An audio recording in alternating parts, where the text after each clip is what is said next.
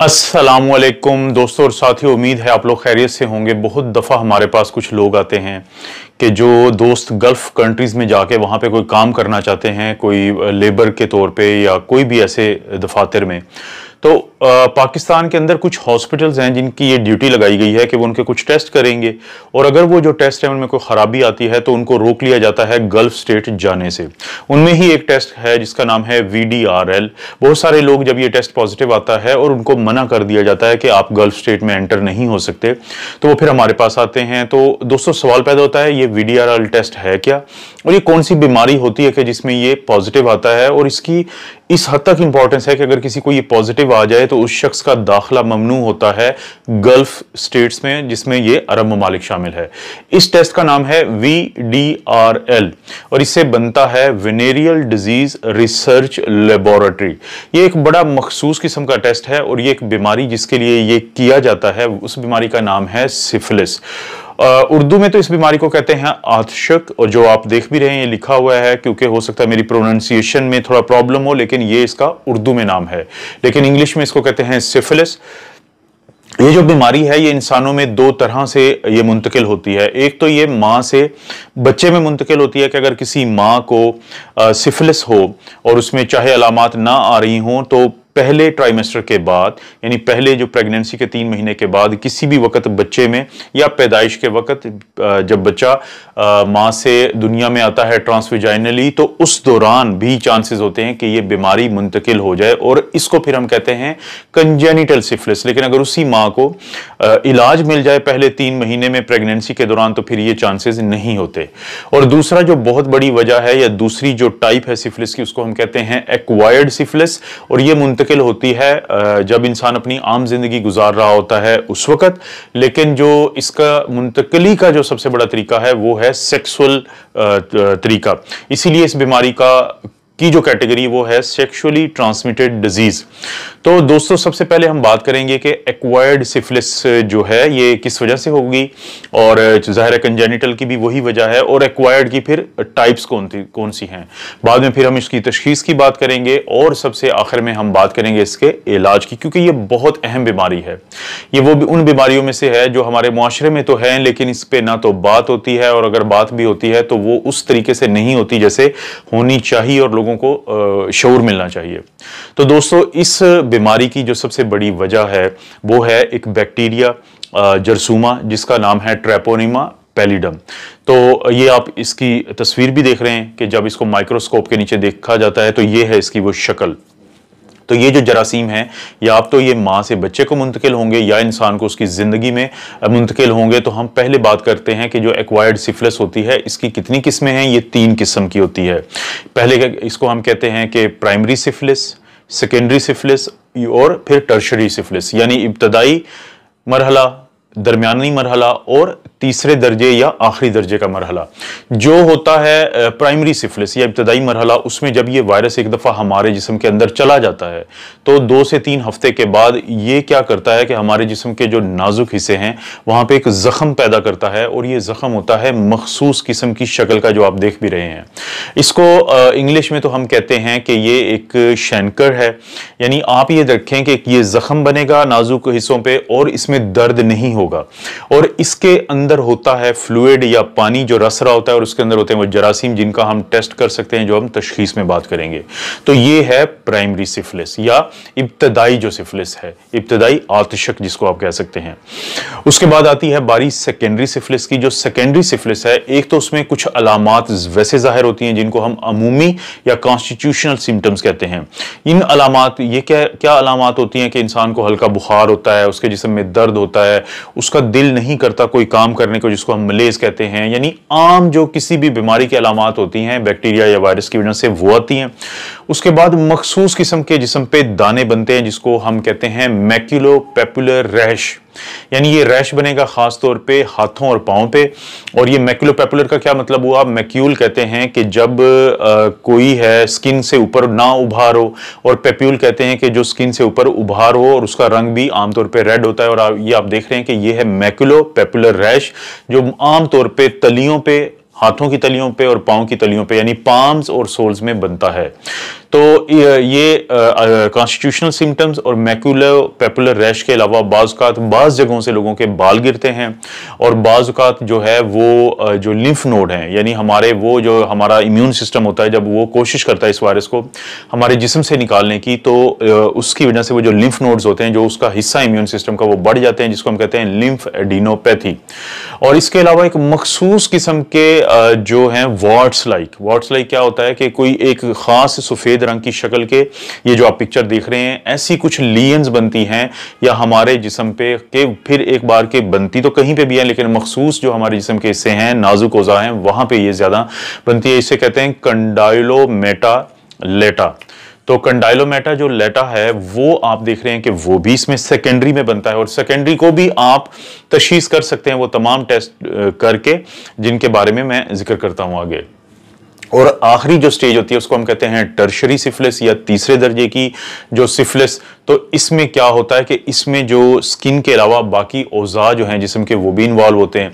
एक तो ये होता है कि जो चेहरे पे मखसूस किस्म के जो हैं वो बनते हैं, आप आम जुबान में से गिल्टी टाइप के भी कह सकते हैं, यानी जो बार बार इन्फेक्शन होके फिर ठीक हो रही होती है, उसे हम कहते हैं क्रॉनिक ग्रैनुलोमेटस। लेकिन ये जो आप देख रहे हैं इसे कहते हैं गम्मास। ये जो गम्मा बनते हैं तीसरी उस पे, और साथ जाके जो हमारी खून की नालियां, खासतौर पे जो बड़ी नाली जैसे अयोर्टा होता है, उसको जो खून की नाली सप्लाई करती है ब्लड, जिसको वाजा वेजोरम कहते हैं, तो वो क्योंकि खराब होती है तो हमारी जो खून का बड़ी नाली अयोर्टा, उसकी इन्फ्लेमेशन या सोजिश शुरू हो जाती है, जिसको अयोर्टाइटिस कहते हैं, जिसकी वजह से काफी प्रॉब्लम बनते हैं। इसके अलावा दोस्तों जो तीसरे दर्जे की सिफिलिस है, टर्शरी सिफिलिस है, वो हमारे ब्रेन के और जो हमारी आसाब यानी पेरिफेरल और क्रेनियल नर्व हैं उनको भी मुतासिर करती हैं, यानी जिसको हम कहते हैं न्यूरोसिफिलिस। न्यूरोसिफिलिस के अंदर क्या होता है कि कुछ लोगों को बहुत ज्यादा कमजोरी हो जाती है उनकी आसाब की के इन्वॉल्व होने की वजह से, क्योंकि जो नर्व्स होती हैं, आसाब होते हैं, उनके इर्द गिर्द एक झिल्ली होती है जिसको ये बैक्टीरिया मुतासिर करता है। और इसके अलावा बाज लोगों में जो रीढ़ की हड्डी है उसके अंदर जो हराम मगज है उसकी पीछे वाली जो साइड है, पोस्टीरियर साइड है, वो मुतासिर होती है, तो हमारा जो छोटा पेशाब और जो बाकी सेंसेशंस होती हैं वो मुतासिर होती हैं। इसे हम कहते हैं टेबीज डोरसैलिस, यानी पीछे के हिस्से की कमजोरी, जो हराम मगज का पीछे का हिस्सा है, पोस्टीरियर पार्ट है। और बाज लोगों में एंटीरियर जो हिस्सा है यानी हराम मगज का सामने का हिस्सा वो भी मुतासिर होता है, तो उनमें फालिज होने का भी डर होता है या बहुत ज्यादा कमजोरी हो जाती है। इसके अलावा दोस्तों जो हमारी आंखों के अंदर एक खास हिस्सा होता है, पुतली होती है, जिसको हम कहते हैं प्यूपल। जो ये जो आप देख रहे हैं ये जो चैम्बर है काले रंग का, इसको हम कहते हैं प्यूपल। तो बाज जो ये सिफिलिस के मरीज होते हैं तीसरे दर्जे के टर्शरी सिफिलिस के, उनमें जब आप लाइट मारते हैं तो नॉर्मली क्या होना चाहिए कि जैसे ही लाइट मारते हैं तो ये जो प्यूपल होता है ये कॉन्स्ट्रिक्ट करता है, यानी ये इसका साइज छोटा हो जाता है। लेकिन इन मरीजों में लाइट मारने से तो नहीं छोटा होता, लेकिन एक चीज होती है जिसको हम कहते हैं कि हमारी आंखें अकोमोडेट करती हैं। जैसे मिसाल के तौर पे मैं एक चीज को यहां पे देख रहा हूं, लेकिन जब मैं यहां पे लाऊंगा तो मेरी आंखें जो करेंगी उसे कहेंगे अकोमोडेशन, उसको देखने के लिए। लेकिन जब वो इन मरीजों की आंखों में आपने लाइट मारी तो इनके प्यूपल कॉन्स्ट्रिक्ट नहीं करते, लेकिन जब वो अकोमोडेट करती हैं तो फिर उनके जो प्यूपल हैं कॉन्स्ट्रिक्ट करते हैं। इन प्यूपल्स की इनको हम नाम देते हैं ऑर्गाइल रॉबर्टसन प्यूपल। तो ये भी एक बहुत बड़ा हमें मिलता है तीसरे दर्जे की सिफिलिस में। और जब डॉक्टर मरीजों को चेक करते हैं तो आमतौर पे क्या होता है कि जब इनको चलने के लिए कहते हैं तो ये टांगें दूर दूर करके, यानी ब्रॉड बेस्ड इनकी वॉक होती है, और ये अपना बैलेंस बरकरार नहीं रख पाते क्योंकि इनकी नर्व्स इन्वॉल्व हुई होती हैं। इसी तरह एक टेस्ट हम करते हैं जिसे हम कहते हैं रोमबर्ग टेस्ट। उसमें क्या होता है कि जब आप मरीज को कहते हैं कि आप आंखें बंद करके और अपने बाजुओं को ऐसे फोल्ड करके और पांव जोड़ के खड़े हो जाएं, और डॉक्टर पास खड़ा हो जाता है तो 30 सेकंड तक वो आंखें बंद करके जब खड़े रहते हैं, तो अगर उनको सिफिलिस नहीं है टर्शरी तो वो खड़े रहेंगे, लेकिन अगर उनको टर्शरी सिफिलिस है तो वो बैलेंस नहीं बरकरार रखेंगे और वो गिर पड़ेंगे, गिरने की उनकी कोशिश होगी तो डॉक्टर उनको पकड़ लेगा। इसे कहते हैं रोमबर्ग साइन। तो इसको हम कहेंगे पॉजिटिव इस प्रॉब्लम में। इसी तरह इन मरीजों में जो हड्डियां होती हैं, खासतौर पे जो पांव की हड्डियां होती हैं, वो बहुत जल्दी टूट फूट का शिकार हो जाती हैं। इन जोड़ों को फिर हम कहते हैं शॉरकोट जॉइंट्स। और बाज इनमें से वही मरीज हैं जैसे मैंने बताया था कि पेरिफेरल नर्व जब इन्वॉल्व होती हैं, जब ब्रेन के कुछ हिस्से इन्वॉल्व होते हैं तो उनमें फालिज होता है, हालांकि उनको कोई और ब्लड प्रेशर या कोई और ऐसा इशू नहीं होता जिसकी वजह से आम तौर पे फालिज होते हैं। तो दोस्तों ये है जो एक्वायर्ड सिफिलिस है, इसकी यानी 3 टाइप्स हैं। हम इनमें टेस्ट क्या करते हैं, मैं आपको कंजेनिटल सिफिलिस के बारे में बाद में बताता हूं, लेकिन हम क्या इसका टेस्ट करते हैं सिफिलिस का। सिफिलिस का जो सबसे मशहूर टेस्ट जिसका मैंने नाम भी लिया था वो है VDRL, यानी venereal disease research laboratory test, और एक और इसके साथ किया जाता है जिसको हम कहते हैं रैपिड प्लाज्मा रिएजन यानी RPR। ये दोनों टेस्ट फिर डिटेक्ट करते हैं कि वायरस को, लेकिन ये नॉन स्पेसिफिक टेस्ट हैं।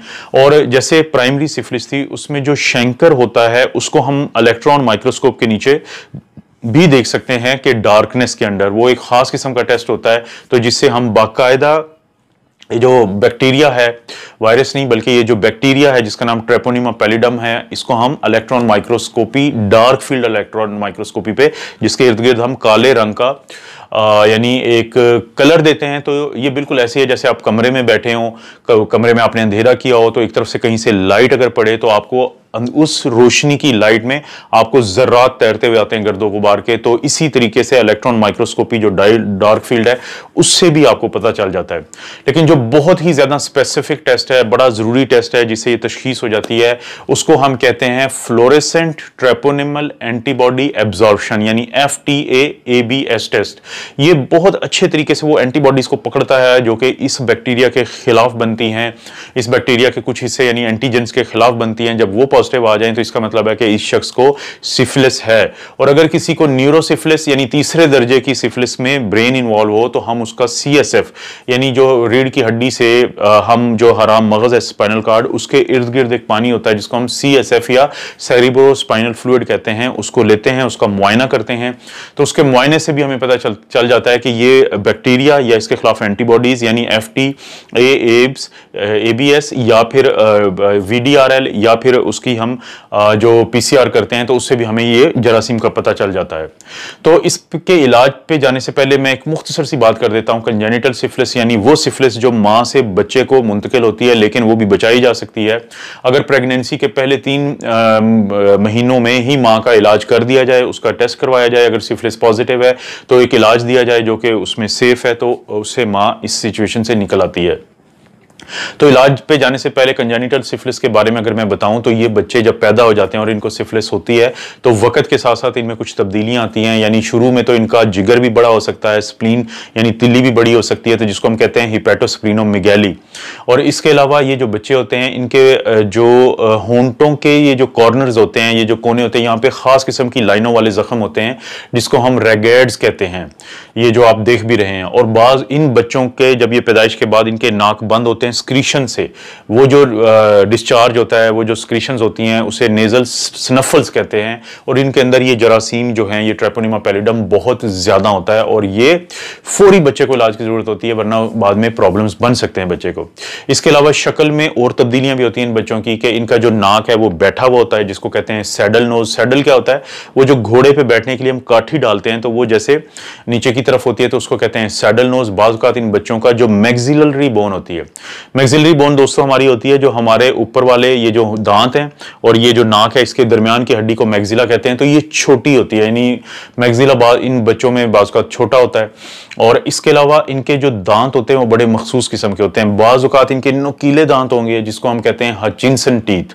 तो ये जो हचिनसन टीथ है, ये भी आप पिक्चर देख रहे हैं। और बाज़ औक़ात इनके दांतों की साख्त मुख्तलिफ होती है, थोड़े से जल्दी वो टूट फूट का शिकार होते हैं जिसको हम कहते हैं मलबेरी टीथ्स। और इसके अलावा दोस्तों इनके जो पाँव की एक हड्डी होती है जिसको हम टिबिया कहते हैं। मैं अब पहले आपको नॉर्मल टिबिया दिखाता हूं, ये नॉर्मल टिबिया है बच्चे की। और बाज़ औक़ात वो मरीज जो जिनको कंजेनिटल सिफिलिस होता है तो उनमें ये हड्डी बाहर की तरफ निकली होती है। तो ये अगर आप देखेंगे तो इसे हम कहते हैं शैबर शिन्स। शिन इस हड्डी का नाम होता है, टिबिया तो नाम है हड्डी का, लेकिन हमारे जिस्म के इस हिस्से का नाम है शिन कहते हैं इसको हम, जो नॉर्मली ऐसे होती है कि फ्लैट, लेकिन इन बच्चों में वो तीखी हुई होती है। और सैबर कहते हैं तलवार को, यानी तलवार की तरह बाहर की तरफ वो निकली हुई होती है। और इन बच्चों में फिर जो सुनने की सलाहियत होती है वो बहुत ज्यादा मुतासिर होती है, क्योंकि इनकी जो क्रेनियल नर्व 8 जिसको हम ऑकुलोमोटर नर्व कहते हैं, तो वेस्टिबुलो कॉक्लियर नर्व कहते हैं, तो वेस्टिबुलो कॉक्लियर जो नर्व है, 8वीं नर्व जो है वो मुतासर होती है। तो जिसकी वजह से ये बच्चे डेफ हो सकते हैं, इनको सुनने की सलाहियत जो है इनकी बहुत ज्यादा मुतासर हुई होती है।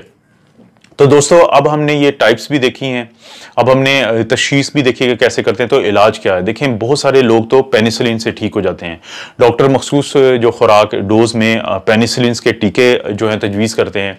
लेकिन पेनिसिलिन के अलावा एक और दवाई होती है जिसको हम कहते हैं पाकिस्तान में वो है विब्रामाइसिन के नाम से, और ये डॉक्सीसाइक्लिन आती है। तो ये भी वो तजवीज़ कर सकते हैं किसी भी मरीज़ को मुख्तलिफ डोजेज़ में।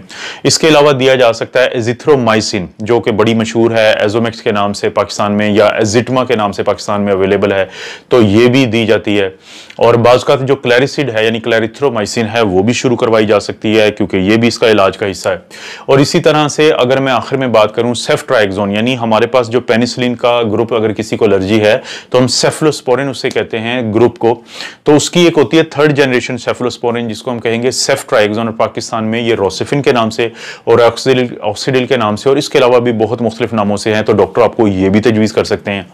दोस्तों सिफिलिस जो है वो काबिले इलाज है। बहुत सारी ऐसी बीमारियां जिनको हम STDs कहते हैं, सेक्सुअली ट्रांसमिटेड डिजीज, आप उनके बारे में ज़रूर इल्म रखें। आपका जो शाये होना है, आपका जो एक होता है कि इंसान इन बातों ऐसी बीमारियों पे बात करते हुए आम तौर पे लोग जो हैं वो नहीं बात करते, क्योंकि उनको होता है कि ये STDs हैं। लेकिन बात करना बहुत ज़रूरी है, क्योंकि हो सकता है कि खुदा न खास्ता अगर किसी मर्द को है उससे औरत को हो जाती है, और औरत जो है उससे उसके बच्चे को हो जाती है, तो ज़िंदगी भर के लिए उस बच्चे को ऐसे मसाइल का सामना हो सकता है जो काबिले इलाज चीज़ है। इसलिए दोस्तों इस नॉलेज को समझने की कोशिश करें। और मेरे वीडियो तो बिल्कुल मैं कोशिश करता हूं कि एक बेसिक आपको नॉलेज दूं, आप खुद भी इन चीज़ों को पढ़ा करें। और जब ये नॉलेज आपके पास होगा तो दोस्तों नॉलेज इज़ पावर, इल्म एक ताकत है, वो जितनी ज़्यादा आपके पास होगी उतना ज़्यादा आपको अपनी ज़िंदगी में आसानियाँ होंगी।